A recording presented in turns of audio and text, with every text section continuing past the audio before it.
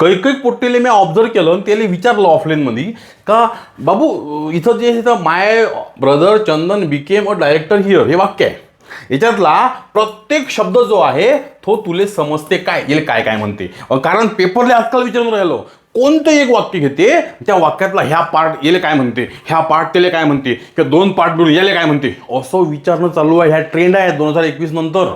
आणि आपला जर अभ्यास नसन असा तर नाही जमत. मी जर म्हटलं माय काय आहे बॉ, तर तुम्हाला समजायला पाहिजे ब्रदर हा नाऊन आहे आणि माय हा ॲडजेक्टिव्ह आहे. ओके. आणि माय ब्रदर काय आहे, माय ब्रदर नाऊन आहे. बरोबर. माय ब्रदर चंदन काय आहे, नाऊनच आहे. बरोबर. म्हणजे असं ओळखता आलं पाहिजे. बिकेम काय आहे, व्हर्ब आहे. हां. माय काय झाला तर ॲडजेक्टिव्ह झाला. ब्रदर काय झाला, नाऊन झाला. माय ब्रदर काय झाला, नाऊन किंवा सब्जेक्ट झाला. माय ब्रदर चंदन काय झाला, तो नाऊनच झाला. बरोबर आहे. मग आता या ठिकाणी चंदनले जर आपण नाऊन म्हटलं, नाऊन हेड हा ही कॉन्सेप्ट जी आहे ना, नाऊन हेड हे आता पेपरले 2-3 वेळा विचारले गेली.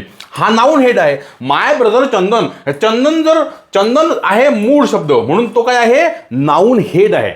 मग हा माय ब्रदर काय झाला, याला म्हणते सब्जेक्ट एनलार्जमेंट किंवा सब्जेक्ट ॲट्रिब्यूट. पेपरले एनलार्जमेंटवरही प्रश्न विचारले, ॲट्रिब्यूटवरही प्रश्न विचारले. बरोबर आहे, समजून घ्या.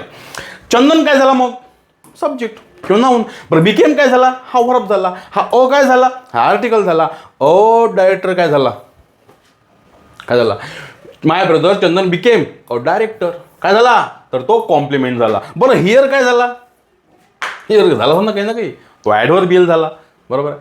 मग आता हे समजलं पाहिजे ना. बरं बिकेम अ डायरेक्टर हिअर हे काय झाला, म्हणजे हे जे आहे हे इथून काय झाला, एक सब्जेक्ट असते, एक प्रेडिकेट असते कोणत्याही वाक्यामध्ये. आपल्याला काय वाटतं झालं प्रेडिकेट म्हणजे वर्ब, पण नाही. प्रेडिकेट म्हणजे वर्ब सहित बाकी सगळ्या गोष्टी ज्या वाक्यामध्ये आहेत त्या.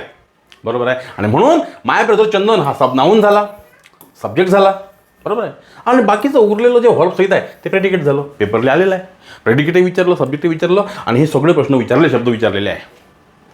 आता तुमची इतकी तयारी असतो ना अभ्यास करायची, एक्झाम द्या, बिलकुल द्या. तुम्ही जर म्हणाल फक्त प्री काढतो तर प्री काढा. 1,00,000 लोक प्री काढणार आहे. जागा किती आहे, 5,500.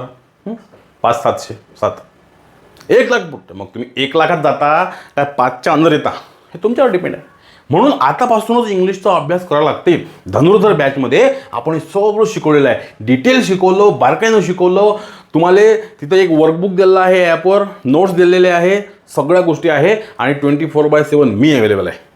बरोबर आहे. 15 ऑगस्टला बॅच चालवून राहिली, बिंदास घ्या. आणि ही 1000 नियम शिकासाठी ABC एज्युकेशन ॲप इन्स्टॉल करा. तिथं हे 1000 नियम फ्री आहे. लवकर येईन तुमचा, याची ॲप पण लवकर येईन. बरोबर आहे. इथं सोशल मीडियावर वेळ लागेल. धनुर्धर बॅच मात्र प्रत्येकाने जॉईन करा. असं करांत होते, नाही तर कठीण आहे.